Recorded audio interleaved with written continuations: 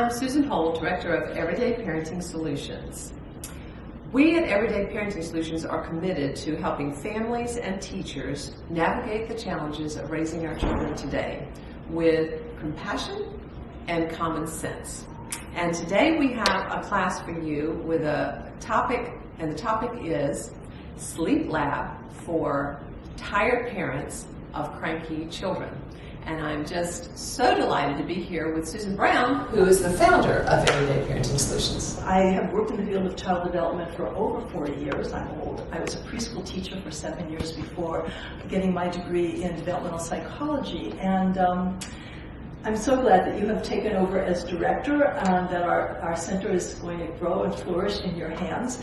I love this topic because in my 40 years of working in child development, it's probably the number one or two issue for which parents seek professional help. And the name Sleep Lab for cranky parents with tired children or cranky children with tired parents could go either way. And so what I want to do today is put the topic into a developmental framework. Because I'm a child development, I sort of think that way, but I think it's also important for teachers and for parents to understand why children do what they do, what's going on developmentally, cognitively, physically, emotionally, because when we understand what's going on developmentally, it really informs the choices that we make. They make sense to us. And so I want parents and teachers to have that foundation, that background as they travel on their journey of parenting or teaching young children. Today we're going to keep the discussion focused on the first two stages of child development, so birth through about 5 or 6 years of age. And so the first stage of child development we call basic trust or bonding. Mm-hmm. And this is so key to a healthy foundation of growth for everything that comes afterwards.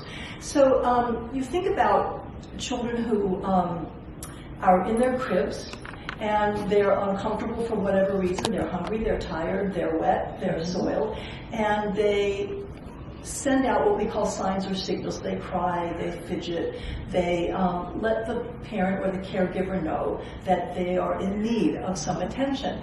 And when we as caregivers can meet that need both in a reasonable period of time and adequately read what the sign and signal is telling us, so is this tired, or is this hungry, or is this uncomfortable? Because if the baby's tired and we're constantly sticking a bottle in their mouth, that baby is saying, they're not understanding me, they don't get what I need. And so when we read those signs and signals accurately, and when we respond in a reasonable period of time, we have a baby who has a sense of all is well in the world. Mm-hmm. And they trust that the environment, mom, dad, teachers, nannies, whomever, is there to take care of me. They understand what I need, and so I can relax and sort of settle into my life. When we are, for whatever reason, sometimes we have mothers who suffer from postpartum depression.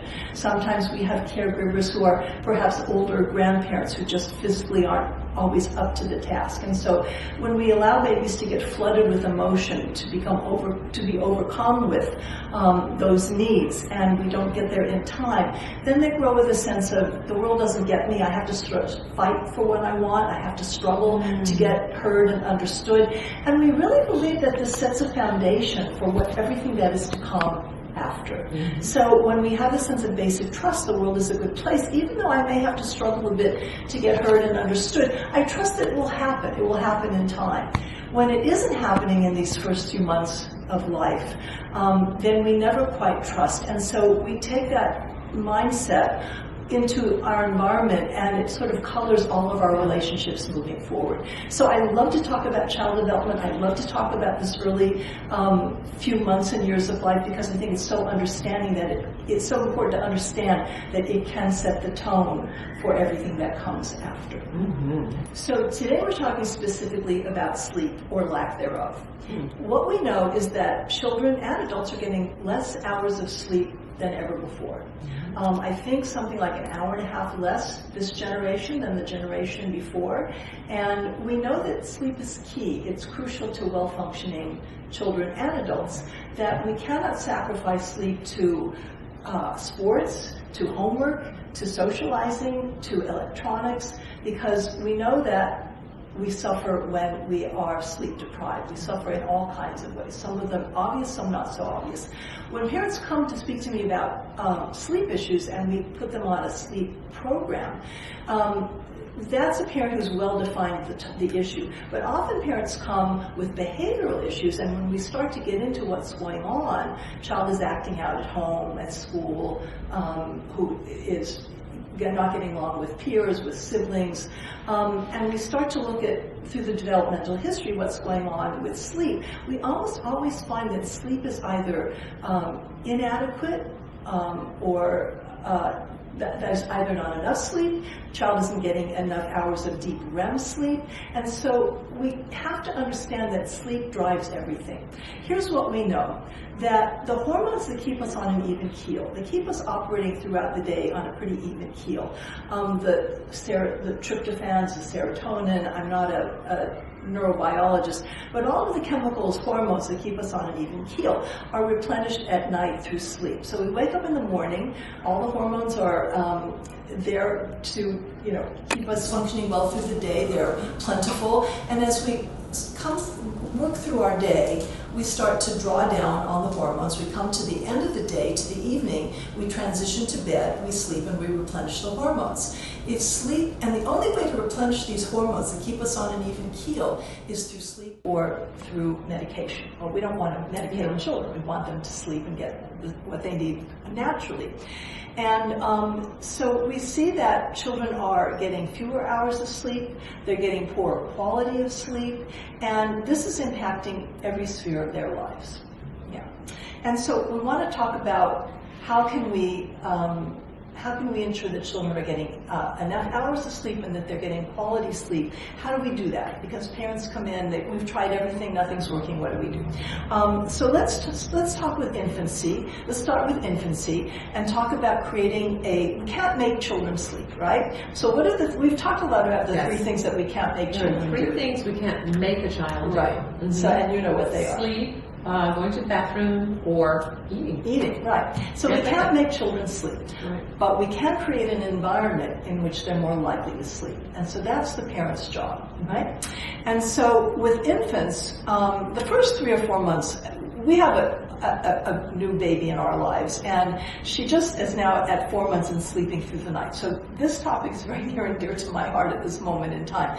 The first few months I call the twilight zone. We're just sort of trying, it's survival mode, we're just trying to get through the day. And our schedule is the baby's schedule, right? But we do set and create an environment where the child, that infant is going to start to work into a good bedtime routine. And that has to do with consistency. We always talk about consistency, structure, consistency, predictability, and what's my other one? Structure, routine, consistency, and predictability. Yes? No. Anyway, and so we want a routine that is consistent, that we follow night after night, so the baby starts to learn to anticipate. This is my bedtime. These are things that are asked of me to transition to bed. Sleep is all about transition, but sleep is also about something else, and this is huge.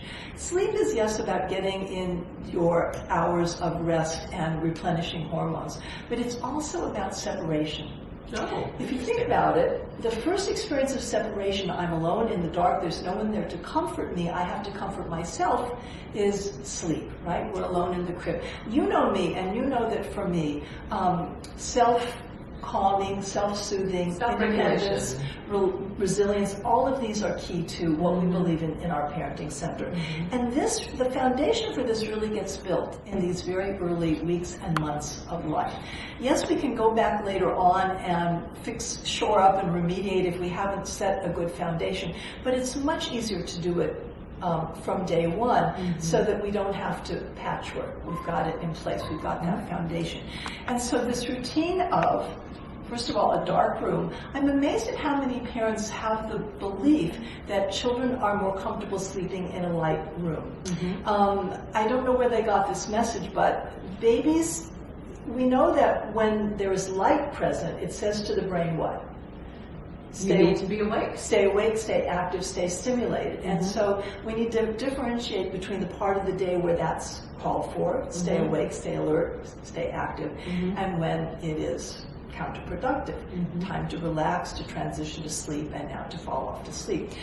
Sleep is also, interestingly, not something that always comes naturally. Getting oneself to sleep is a skill that we learn. So we see parents, often moms, who are breastfeeding or bottle feeding their baby in their arms, and they're rocking the baby and they're singing to the baby, and the baby falls off to sleep, and now they very, very gingerly put the baby in the crib, and then they tiptoe out because they don't want to wake the baby.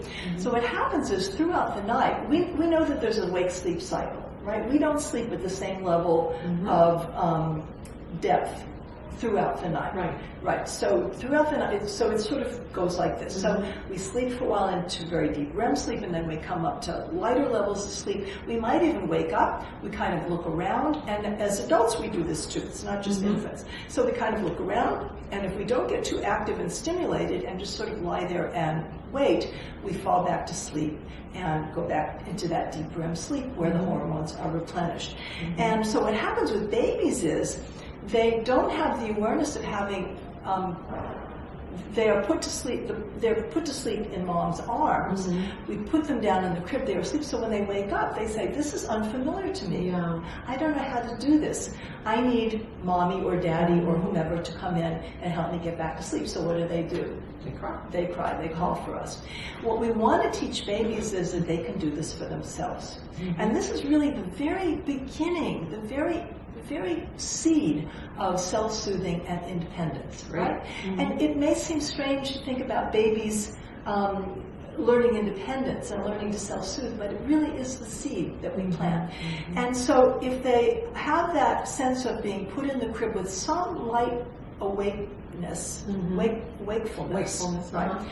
Then when they come to that place in the sleep cycle where they wake up, they look around, it feels familiar, it feels safe, and they say, I know how to do this. And they come back to sleep.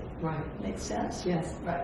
And so when we can, not in the first 3 months, because that's just survival mode, but once we get through those first 3 or 4 months, if we can put the baby down in the crib with some degree of wakefulness, it will help them to learn how to get themselves back to sleep, because that's going to happen 5 to 7 times throughout the night. Oh, wow. Yeah, that's a lot.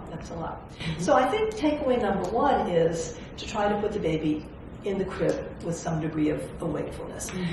The other takeaway, which we talked about earlier, is a dark room. There's nothing wrong with a night light. I think a night light can be helpful. It doesn't have to be pitch black, but the darker the baby gets used to sleeping, the darker the room the baby gets used to sleeping in, I think the better. I think that we project fears of the dark that perhaps are not there, you know? And I know there are some parents that I've been talking to that feel like their child did not develop fear of the dark until they were older. So about how long can they go without even thinking about, oh, the dark is kind of a scary place? Yeah, we're going to talk about, in the second piece of this, when we talk about the second stage of development for this conversation, we're going to talk about that. Because, children start to have imagination, start to think. That's when you need the nightlight. That's right. That's when we need, and some other skills and tools. So we now have a dark room. We have the baby in the crib. She or he has been put in the crib with some degree of wakefulness. I think that some other tools that can be helpful are things like, I'm all about bringing in whatever works, that's safe and that is conducive to this process. So white noise can be helpful. My granddaughter has a little birdies that sing on her little machine, and she goes to sleep to the birdies. So anything like that is soothing is fine. In fact, can be really helpful. We used, when my son was young, we had one of those machines that for the allergens in the room, and it made a little bit of a hum, and that helped him get to sleep. Sometimes music, we know that Mozart tends to be soothing. There are a lot of little baby tunes out there. Some of them I think are a bit corny and maybe a bit overstimulating, but classical music, quiet music, a little bit of jazz can be nice for baby to sleep to. I once had a little one who I taught. She was a 2.5-year-old, and there was a period during the day when I put on some Mozart, and never expecting anybody to know what it was, until she came up to me and she said, "Oh, Miss Susan, that's Mozart." Oh my goodness. I said, "That's Mozart. How do you know Mozart?" She said, "That's what my mommy plays when I go to sleep at night," which was lovely, yeah. Some other things that can be helpful are swaddling, particularly for, very young babies are very reflexive, so you see all this sort of, and so we want to help them kind of calm that down, and so I'm a big believer in swaddling. There are a lot of swaddle blankets on the market. I like a true square swaddle blanket. Dr. Karp, who has a book and a CD called The Happiest Baby on the Block, has a program for soothing babies. It has several steps to soothing babies. It's kind of nice. There are other tools out there, but I believe in swaddling in the first few months. I think it can be very helpful. Babies don't come in one form. We tend to think about, a 3-month-old, they all kind of look alike, but they don't. Yeah. We know that there are quiet babies. My son was a quiet baby. He was very easy to get to sleep. I don't take credit for that. That was just who he is. There are average babies who have some level of activity, and then there are very active babies. Our little one is a very active baby. And so she needs some help to sort of calm down and transition to sleep. So swaddling has been very helpful for her. There's also something called the sleep suit, which sort of looks like a snowsuit, and it's soft, but babies, it keeps them sort of still. And while I think it's a little off-putting to look at, my daughter-in-law has found it very helpful, and other people find it helpful. So I think that you have to be open to experimenting a bit. Absolutely. Until you find what works. So we talk about consistency, but there has to be within that. So what can we control? We can control the time that the baby goes to bed, the routine leading up to the bed, the dark room, the sound machine, but within that we experiment a bit to find what works in terms of swaddling, the suit. Some babies really hate to be swaddled. Some babies don't mind their legs being swaddled, but they like to have their hands out. My son came out of the womb sucking these fingers. Aww. So had we swaddled him, he would not have been able to suck his fingers. So we didn't swaddle him. He didn't need it. He was not a very active baby. Sometimes babies don't find their thumbs or their fingers till later on. I like when babies find their thumbs and fingers. I think it's it's sort of a closed circuit of soothing. It's self-regulation. It's self-regulation. Control it themselves. Absolutely. When we're using a pacifier, which is fine in the first few months, but it comes out and now we wake up and cry because we need the pacifier, someone to bring us a pacifier. There is I wanted to mention, there is some research that points to reduction in SIDS in babies who use pacifiers in the first 4 or 5 months of life. Dr. Karp talks about it in The Happiest Baby on the Block. And so I'm not opposed to pacifiers. I think the problem is getting them away from the baby can be a struggle. We want to get them out before, I would say, 8 or 9 months. Then it becomes too much of a habit and it really becomes difficult. And they don't find their fingers or the thumbs if they have the pacifier. But I love to see a little one sucking because, as you said, self-regulation. Wherever you go, there it is. You have it with you. Right. So experimenting a bit with some of these tools, the white noise, the birdies, the sleep suit, the swaddling, Dr. Karp, until you find what works for your baby. Okay. So we talk about the 3 Bs, which are bath, books, and bed. Great bedtime routine. I want to talk about bath a minute, but even young babies can enjoy books, and there's some wonderful board books out there. I like simple books that have pictures of things that the baby sees in their environment. Another baby, a bottle, a dog, a mommy, a daddy, a house, with very few words. But I have to say, I do have a soft spot in my heart for the Standard Boyton books, which are silly and you can make lots of noises and faces, and babies respond to that. The bath for most babies is soothing, and it's a good thing to do as you transition to bedtime. There are a few babies, and these tend to be the more active babies, who find the bath stimulating. So they get in there and they're making all kinds of, they're flapping and they're hitting the water and they're having a grand old time, but it may not be the best thing to do closer to bedtime. So those babies might be better served by a bath earlier in the day. But for those who find it soothing, it's a great transition. The other thing that can be really nice and calming and soothing is a bit of baby massage, infant massage. There's some wonderful CDs, there's some wonderful videos on infant massage, and you don't need to take a class, although there are classes. Just some, I think that the oil that they recommend is sunflower oil, and just a bit of massaging, always sort of toward the heart, can be very calming and soothing for some babies. Again, some babies find it very stimulating, so you have to get to know your baby. Absolutely. Yeah, there's not one, they don't come in one mold, right? And then some simple books, and then bedtime with lights out and whatever swaddling or not you choose to use as a parent. So that's, in a capsule, how we start off babies and with a good bedtime routine. Okay. So the baby is struggling going to sleep despite what you've done. What do you think about letting the baby cry it out? Yeah, that's a question that comes up quite a bit. I'm not a believer in small babies crying it out. If a baby is crying, they're in distress for some reason. They're either tired, they're hungry, they're uncomfortable, they're in pain, they're ill, and they're not feeling well. And so we have to address that, and we're building basic trust. So they need to know we're here for them. We're going to, if we can't figure it out immediately, we're going to keep working on it until we figure out what it is that you need. I'm not big on babies crying it out. Babies don't manipulate. In the first few months of life, babies are not there to manipulate us. They're communicating with us what their needs are. Having said that, there are some babies for whom the more you try to settle them, the harder it becomes. They are overstimulated and they need to just settle themselves. So all of that rocking and walking around the room with them and singing to them, and it's just too much. They are overwhelmed.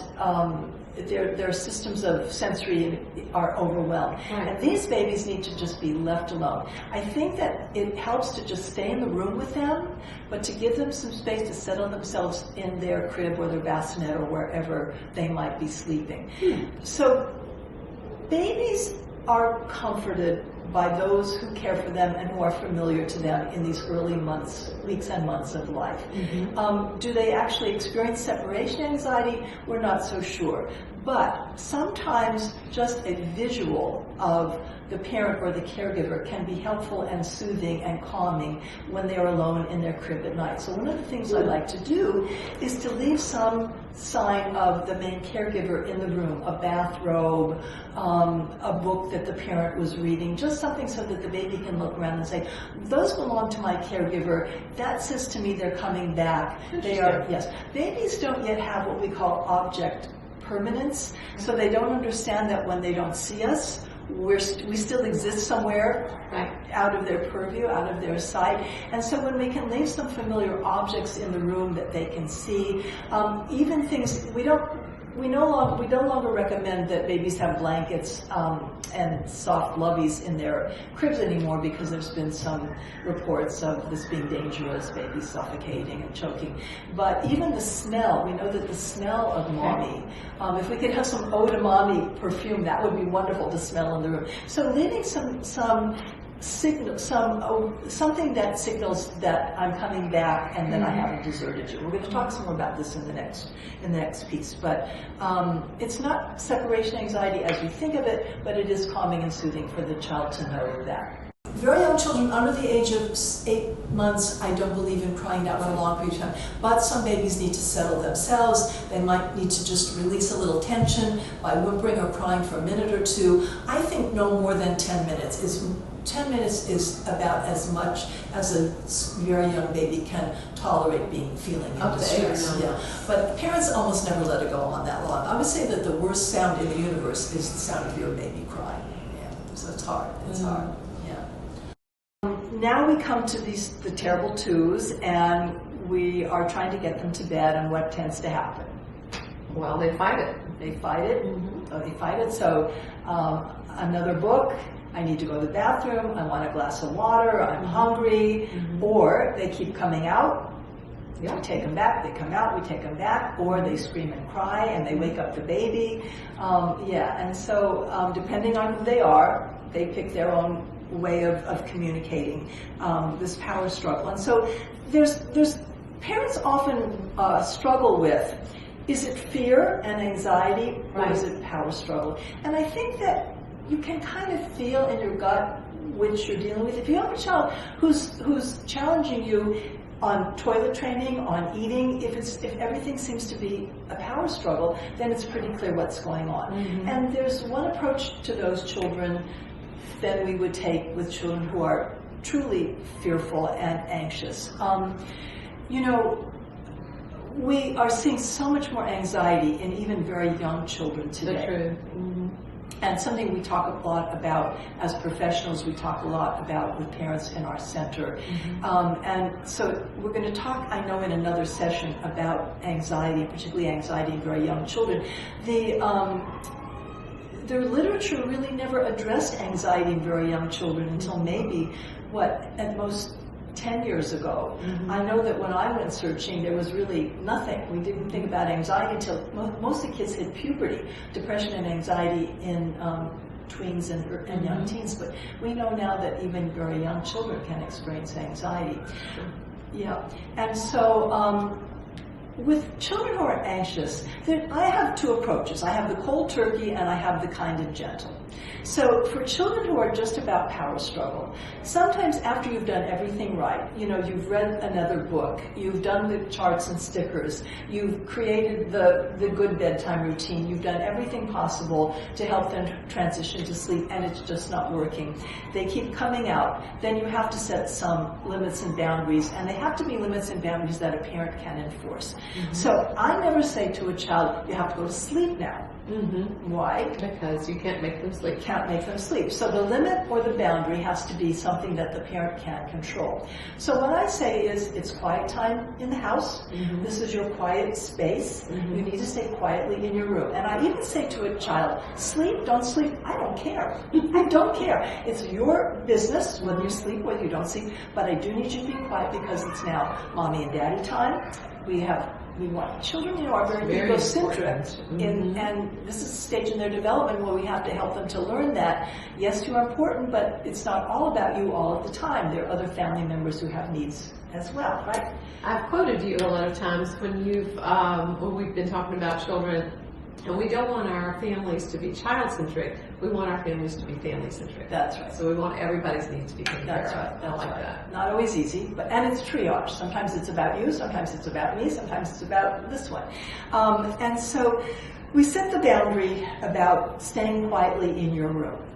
What happens if the child doesn't stay quietly in your room? And they want to come back out over and over and over again. Right. So there's this getting to sleep and there's the staying asleep. And those can be two different issues. So let's talk about the getting to sleep. So the child who keeps calling for you or keeps coming out of their room. If the child will stay in their bed and in their room, and some kids do, then that's easy. You just simply refuse to come in. Right? So when parents get very serious about a sleep program, and they're committed now to addressing whatever's going on in the child in an effective way, it can be a learning curve, right? So typically I will say to parents, once we set up this sleep program, give yourself about 2 weeks, but it almost never takes that long. So the first night that we say to the child, get everything done, all your jobs done, kiss goodnight, get your drink of water, use the potty. You can have a flashlight in bed with you. I like to give kids some props that can help them to sleep better. So we still want to use that dark room. We don't want a lot of light on. We can have a night light. But I'd like to give a child who says they're afraid of the dark a flashlight. Why? They control it. They control it. Gives them a little bit of a sense, because they're about power and control, right? So it gives them a sense of control that I have the light and I can turn it on and I can, And so I don't mind a flashlight, some small books in bed with them, a few toys, and you simply say, here's what you need to stay quietly in your room, play, talk to yourself, sing your songs, stay awake, sleep, whatever you want to do. It's your business, but there's the boundary. We don't come out, we don't keep calling. Child keeps calling, we simply do not go in. Okay. Right? Okay. So the first night that you ignore the child. Yes, you tell them. Once you let them know that that's what's going to be happening. Yeah, mommy and daddy will not be coming in, right?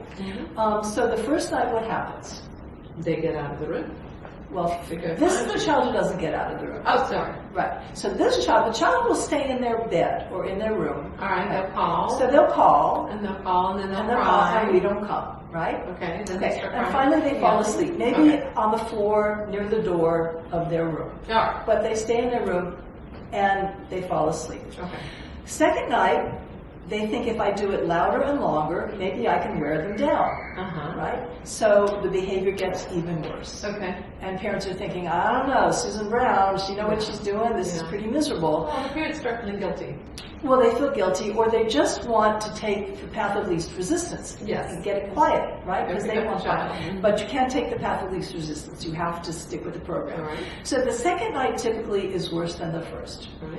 The worst is yet to come. The third night can be holy, you know what. Oh, Screaming, yelling, crying, tantrums. But interesting what happens is, and that's often when parents break down and they go in. And that's exactly when they need to stay the strongest. Yes, we talk about this arc of emotion, right? And teaching children to sit with uncomfortable feelings, right? Yeah. And so a child approaches something that makes them unhappy. I want a cookie, I want to come out of bed, I want my mommy, whatever, and I want to go to the park, and they are upset. And they, mommy, daddy, I want to go to the park, I want to go, whatever it might be, and they start to nag, and then they start to have the temper tantrum, and it builds and it builds and it builds, and we talk about this sort of bell-shaped curve. So we get to the top, to the pinnacle of the temper tantrum, of the crying and the screaming and the yelling and the kicking the door and throwing things, whatever it might be. Right. And what happens with parents typically?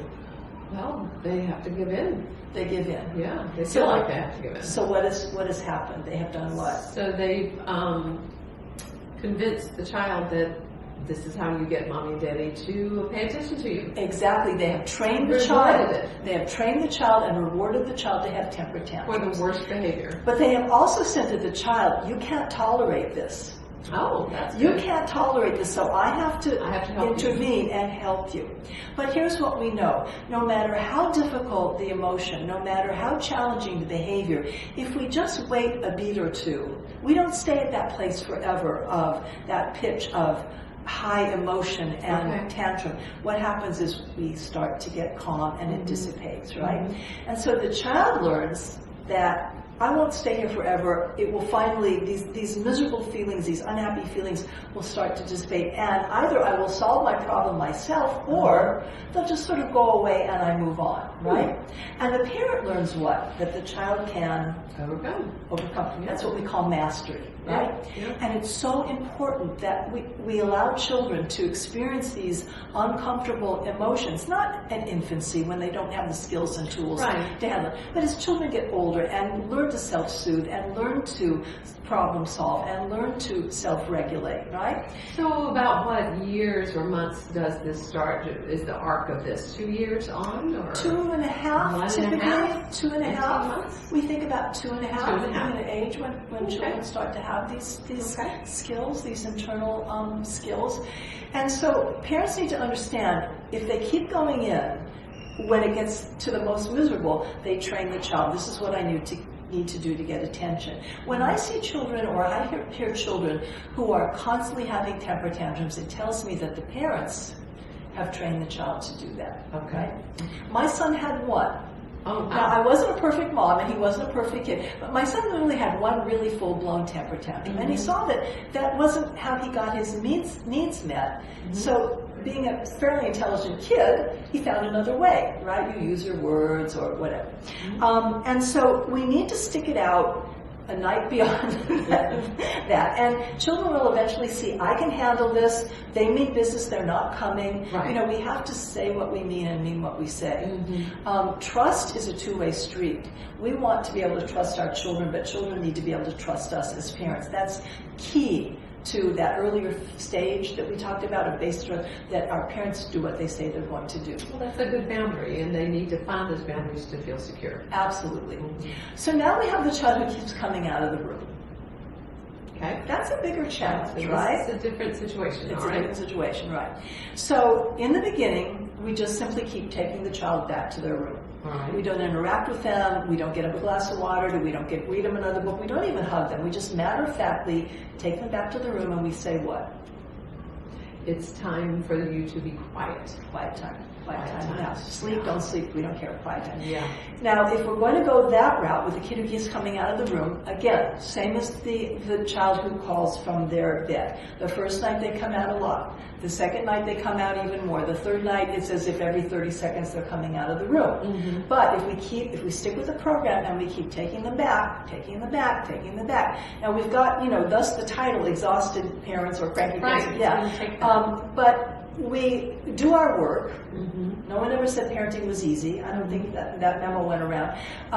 We do our work, and usually by the fourth night, the child sees the parent means business. There's nothing in it for me to continue to come out. I'm not getting attention. I'm not getting, right? I think that's a big part of it is that when parents bring the child back in, they don't also get a glass of water. They don't also get a big hug. They don't also get another book. It's just very quietly, sort of like almost with no affect at all, they take them back. Exactly. Don't let the child see, I gotcha. I'm angry, I'm frustrated. And you're calm. Yes. You're not mad. Right, because if power struggle is their goal, that's what they want. I gotcha. That's what they want. So very matter of fact, just take care of business. That's hard for a parent, but they need to have their own calm to be able to do that. Now, we have these really tough customers who, through all that, keep coming out of the room, right? I think I know where you're going with this. Yeah, where am I going with it? Well, some people say that at some point you might need to lock a child in a room. Right. And that has both. I'd love to hear what you think about that. Yes. Okay. So that's a tough one. Most parents I know are not willing to go there, or at least not initially, and it's never my first choice for all kinds of reasons. But there are some children who they are so dug in to that. They're so entrenched in power and control. And maybe they've been trained that way. The parents have unknowingly trained them that way. Or they're just wired that way. They're just wired There are that way. kids who are just wired that way. That's true. That, I give the example for those children. If you have a kid who is determined to run out into the street, Right. and that's clearly Scary. very scary. As a parent, you're going to do whatever you have to do to get between them and running out into the street, right? Okay. Same thing. We have to take sleep very seriously. We have to be as committed as we would be anything else that is a situation where health and danger and well-being is concerned. So I've got to find a way to create an environment in which my child is most likely going to sleep. We can't make him sleep, but let's create an environment where it's most likely going to happen. So it's never my first go-to to lock a child in the room. Sometimes just simply using a baby gate. Now you have those really physical strong ones who will climb over the baby gate, so we can double baby gate. You tie them together and you create, a really high barrier. Fill up the whole door. Right? The thing that I think every family should have is a child's room with Dutch doors, so that we can lock the door, but there's still that visual of the child can see out and doesn't feel so, caged in. But for children for whom their reason to exist is to push your buttons, power and control all day long. Sometimes we have to show them we mean business and we're going to contain you in your room, and then you have to use a lock. So you can put a little, what is that little? Well, there's a product out there called a door monkey now. I don't know about the door That's monkey. a pretty cool little thing. It's you can buy it very inexpensively, and you put it in the door higher than the child can reach. And then the child can open the door just a little crack. And so they know that they're not trapped. They can see into the hallway, but they cannot get out. And they understand ahead of time that this door monkey is your friend. It's going to keep you safe in your room, and this way they'll all get better sleep. Love it. And you know who invented that? A mom. Probably mom and dad. Mom who wasn't sleeping, right. Love it. So the door monkey, this is new to me, a door monkey, that's great to know. Yeah, get the door monkey, but you have to do whatever you have to do to contain that child, because the child needs to know this. And children feel safer when they understand. I want what I want, but what I want isn't always in my best interest. I'm smart enough to know that. So I feel safe in the world when I know that there is someone there who's going to keep me from my own impulses. And they don't realize they're saying that to themselves, but that's where their heart is. Yeah. Yeah, absolutely. You're now safe. Absolutely. For children who seem truly fearful of the dark, and there are a few, or for children who've been sleeping in a light room because parents didn't know better, and now they come to see you or me and we say, you know what, they really need to be in a darkened room because of the hormones, the sleep. A dimmer light can be very helpful. So I'm not always a cold turkey. Sometimes a kinder, gentler is the way to go. So if you get a dimmer, we used to call them a rheostat, and every few nights just make it a little darker and a little darker so that the child almost hardly notices that that the room is darkened before they know they're sleeping in a fairly darkened room. The other thing is we talked about separation anxiety, and for little ones, even those 2.5-year-olds who still struggle with separation anxiety, what I like to do is a kinder, gentler version of the cold turkey, just, insisting that they stay in the room, the door monkey or whatever, is to sit in a chair near their bed with a book, either an e-reader or a clip-on light, maybe a rocking chair, and either a sweatshirt on or a bathrobe or some piece of clothing that the parent can take off. And don't interact with the child. Say, it's quiet time, I'm going to read my book. You stay in your bed, quietly in your bed, and just stay in the room until the child falls asleep or starts to fall off to sleep.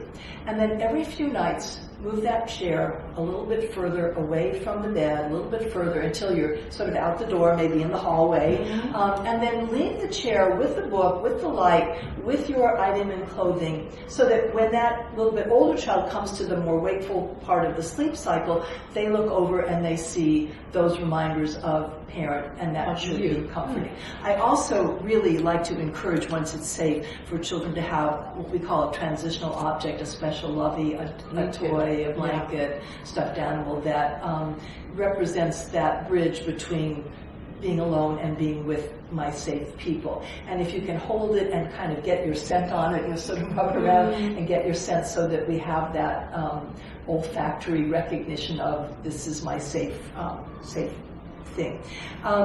Another trick that I've used for a bit older child who may have some separation anxiety, whenever we can give a visual cue. Young children are concrete thinkers. So when we can give a visual cue, it's typically more effective. I have used a big piece of big fat bright ribbon, and what I do is this.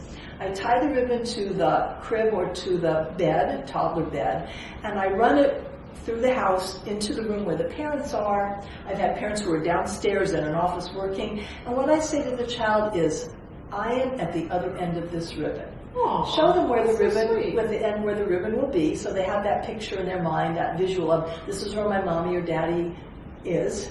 And so when they start to feel some separation anxiety, they look at the ribbon and they think, my parent or my caregiver is just on the other end of this ribbon. And they could pick out the ribbon, choose the color, so that they have a little bit of a buy-in, but I like to use that visual cue when I can. Yeah. I also wanted to talk about, this is a sticky topic. We live in a time where we talk about that concept of show up and get a trophy. Yeah. And we do, I think, a bit too much rewarding children, particularly with material things. I don't like to reward children with for behavior that is simply theirs to do because that's their job. So I'll give you an example. I had a family with whom I worked, and this was the most difficult child to get to sleep. This kid just wouldn't give it up. And he would scream all night long, and it went on beyond the typical. Nobody was getting sleep in the house. Everyone was miserable. Everyone was walking around sleep deprived. And parents didn't want to lock the door, but they did put up a baby gate that he wasn't able to climb over. He was 2, 3? He was a bit older, almost 3. All right. Yeah. Many mornings they would find him asleep in his room at the door next to the baby gate. But that's okay. Because he learned that he fell asleep by himself, right? He was able to self-soothe, and he did it. And he woke up in the morning and saw the world didn't end. They didn't come, and I slept.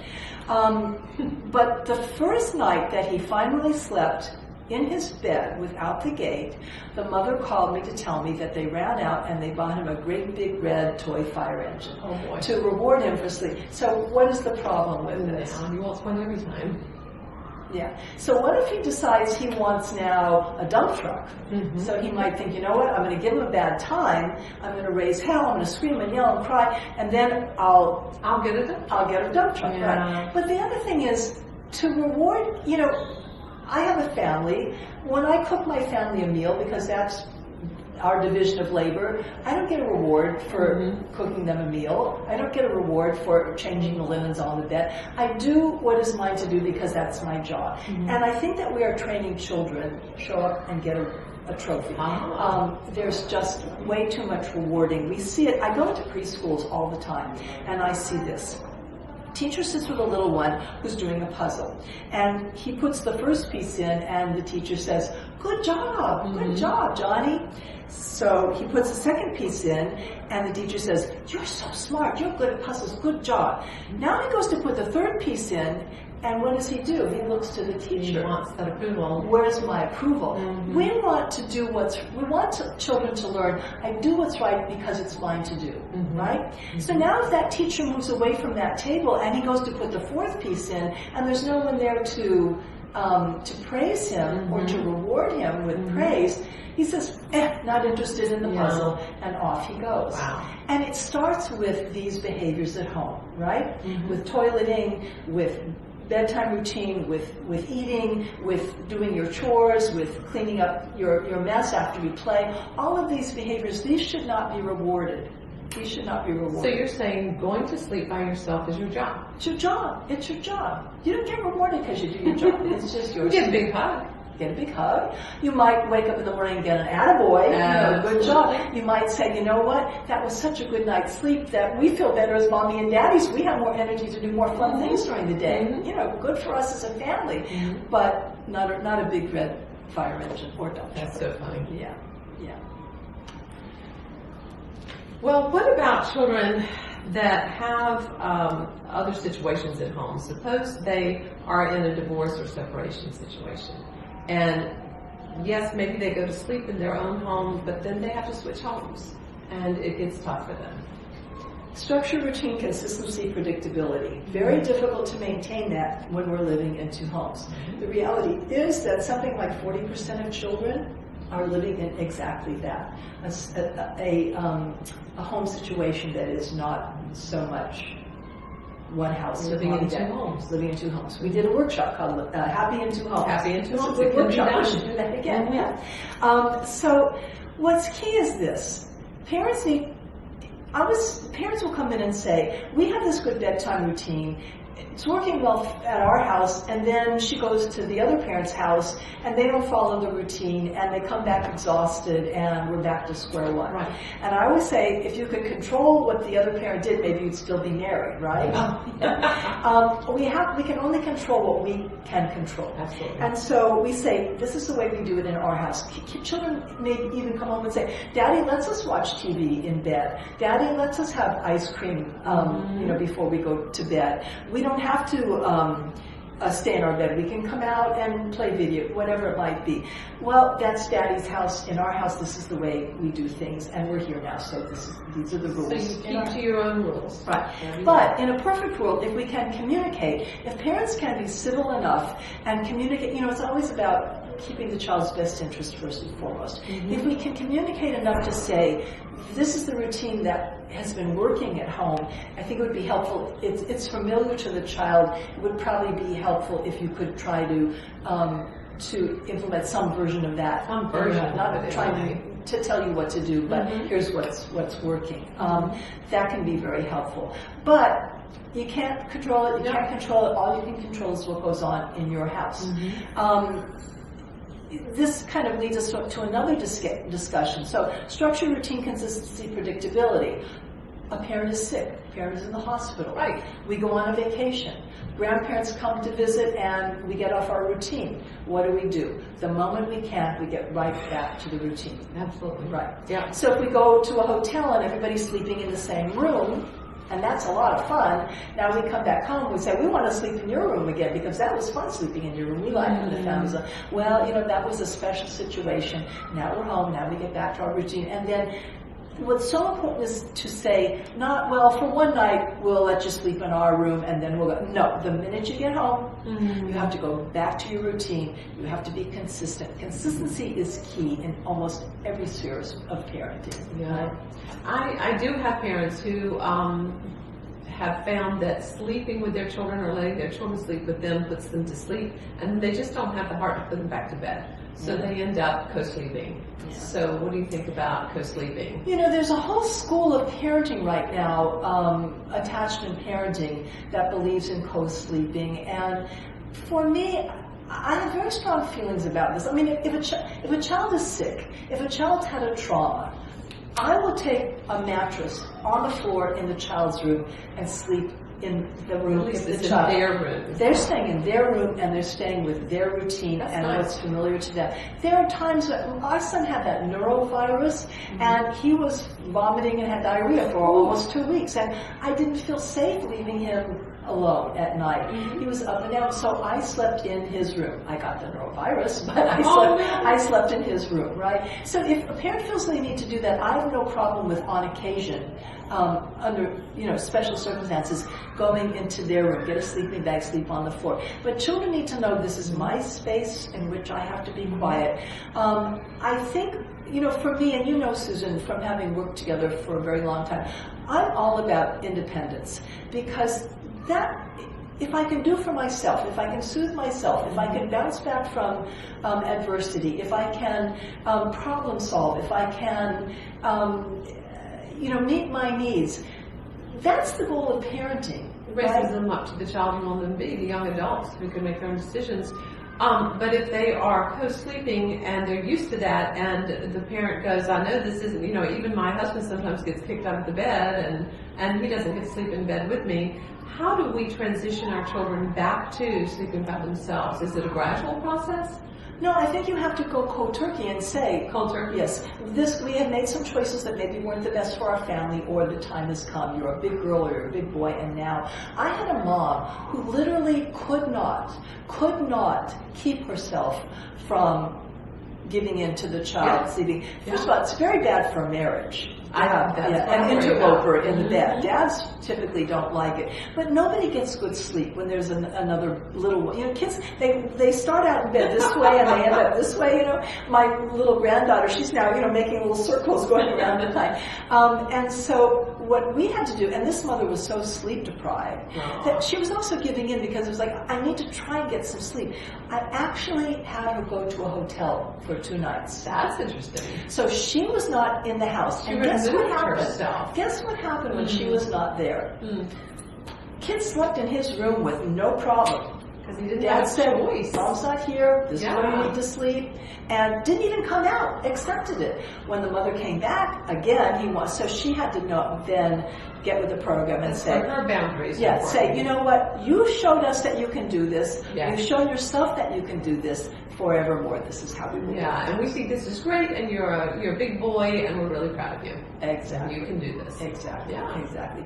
Transitions are not easy for kids. Right, or adults. So there's yes, for adults. Especially there's always a learning curve, and some kids transition more easily than others. So, it can take a night, it can take 2 weeks, but they will get there. They will get there. What do you think happened? Like, some children will wake up, and yes, they might have even more of a you might think it's a temper tantrum, but actually they're just very afraid, and their parents call them night terrors. But you wonder, is it a night terror, or is the child just overwhelmed?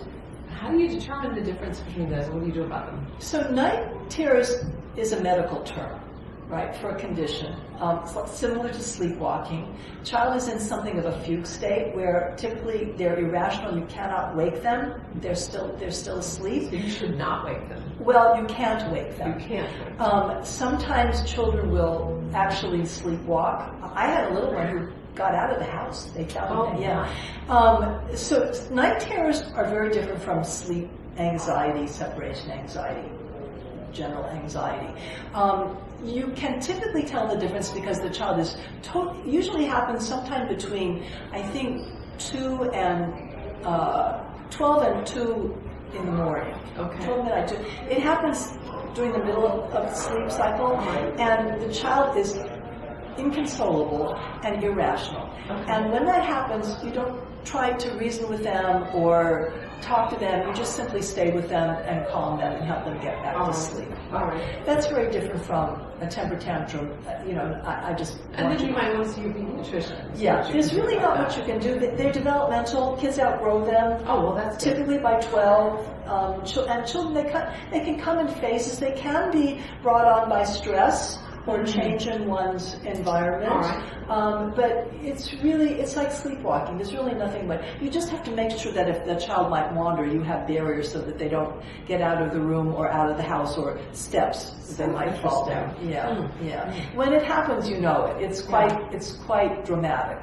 I've seen that. That's real different from separation anxiety or temper tantrums or anything like that. Very different. It's a medical condition. Yeah. And pediatricians, I mean, your parents are welcome to speak to their pediatrician about it. There's really not much more to offer besides keeping the child in a safe environment. And setting them up maybe for something that's going to cause them sweet dreams, like that beautiful bedtime routine, beautiful books, beautiful music, anything that can help them sort of start planning their sleep. I've heard of dream planning before. Dream you planning. can actually plan what you're going to dream about. I'm not sure it always works, but at least it gives the child some empowerment. There are meditations that help to do that. Yeah. Yes. You know, yoga is also a really good tool for children. So there are what we call calming poses. Uh-huh. They tend to be forward bending poses, child's pose, and you can teach a child, again, when you give the child skills to do it for themselves. You know, I always say our job is to raise our children to no longer need us. That's the job, right? Ultimately, it doesn't happen at 6 months or 4 years or 18 years for some, but they get there when they get there. But that's our job as parents, to raise them to no longer need us, to be independent, self-actualizing, high-functioning. Don't do for them what they can do for themselves. Never do for them what they can do for themselves. But you'll tell them that. And parents often underestimate. You know, I'd like to give you a little story. Do we have time for a story? Yeah, probably. Yeah. Let's wrap up. Okay. I think this isn't about sleep, but I think it illustrates the point. A mother came to me with a 5.5-year-old, and she said, my daughter still is dependent on pacifier to sleep. Oh, and she said, I think it's time she gave up the pacifier. And I thought, yes. We don't judge, right? We never judge when parents come into our center. We suspend judgment, but it's time. So she said, this is going to be very difficult. She is so attached to this pacifier, she cannot give it up. Wow. We've tried everything, nothing's worked, and but dentist said it's got to happen, and we know it's got to happen. Go to the dentist at about Right, that point. those dentists help us with a lot of things. And so I said, well, you know, there's the cold turkey. We can just say you're too big, you're too old, we're taking it away. Or there's the kind and gentle. Let's try the kind and gentle. So I said, let's get a calendar with puppies or kitties or whatever she likes. And we're going to mark off 2 weeks. And we're going to say, Susie, you're a big girl. 5-year-olds, almost 6-year-olds really don't need pacifiers. They're not a good idea for your teeth, for all kinds of reasons. So we're going to give them up in 2 weeks, but we're giving you some time to sort of get ready and think about it. So here's today, here's the day that we're going to give them up, last day. And so you have all these days to sort of get ready. So every morning when you wake up, we'll cross off another day, getting closer to the, every night before we go to bed, we'll cross off another night as we get closer to the 2 weeks. So I sent them all, and the mother says, all right, we'll try it. She's going to be miserable. She's going to make us miserable. I don't know. Well, let's try it. So the mom came in for her follow-up about a month later, I remember, and I said, how did it go? And she said, you're not going to believe it. After the 3rd night, she simply said, you know what, Mommy, you can take these. I don't need these. Take the calendar, take the pacifiers. I don't need them anymore. And I said, here's the lesson. Here's the lesson. You weren't really observing your child's ability to self-soothe, your child's ability to self-regulate, and she was ready. She was ready. So sometimes often we underestimate how ready a child is to move on to the next level. And so we have to be very watchful and very really mindful of where are they in their development? What other behaviors am I seeing that tell me, you know, she makes her bed without being told. She handles getting dressed. She handles getting washed up. She brings her dishes to bed. She's a very strong, independent, reliable little girl. She can do this, and maybe I'm underestimating her need for maybe some of my own fears. Yes. You know, that I need Yes. to kind of look at and say, no, let me just empower her to be who she's going to be. Yes, maybe as the Release parent. this. Yes, my fear of status quo. I don't want to shake things up. I fear what might happen. Exactly. Sure, So we that's want what's to wrong. make sure that we're not underestimating our child's ability to handle challenges, to have the resources to. And then we will not have tired parents with cranky children or cranky parents with tired children. It'd be lovely. Work on that. So thank you for spending time with us. We hope you found it valuable. I'm Susan Holt and Susan Brown with Everyday Parenting Solutions, and we are here to help.